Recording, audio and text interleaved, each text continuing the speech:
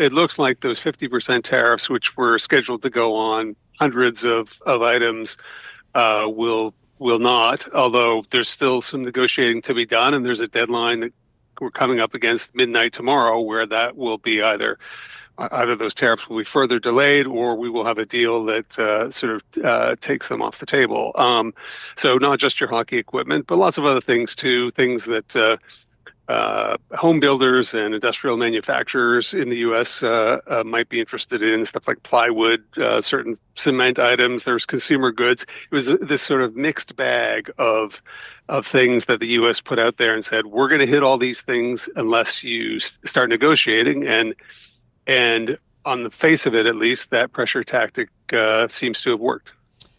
Derek, what's the feeling of Canadians as it relates to tariffs and the ongoing tariff, I guess, discussions between the U.S. and Canada? Is there just fatigue about it all? Is there a sense of anti-Americanism? What's the feeling up in Canada these days as it relates to tariffs? I'd say, it's complicated, and obviously, it depends on the politics of who you talk to. So last year, there was, I would say, at the beginning of this, the overall sense was betrayal. What do you mean there's going to be all of these tariffs?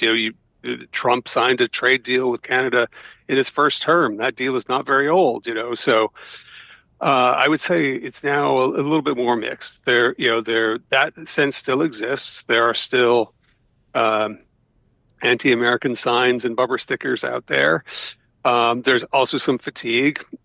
Within the business community, there is also a bit of a sense of, we have to get something so that we get certainty so we can move on, because the longer you had this hanging out there of tariffs could go up and down on any particular day, the harder it is, particularly for manufacturers, to make investment decisions. And so 18 months of this is quite a long time, and there has been a current of thinking in parts of the business community that, like, even if we have to accept something that looks like a bad deal, that is better than no deal. So it's complicated. If you look at public opinion surveys, there's still a lot of appetite for people retaliating, and there's still lots of people avoiding trips and tourism from Canada to the U.S. All these things are still way down.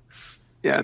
It's not just Canadians avoiding traveling to the U.S. for vacation or perhaps selling their second home, but also there are these bans on sales of U.S. wine and spirits. And I know this is something that the Trump administration has been very focused on. As much as there's a discussion between Canada and the U.S. on tariffs and whatnot, how much control or how much oversight does Mark Carney, the Prime Minister, and his administration have over what individual provinces do when it comes to banning sales of U.S. alcohol?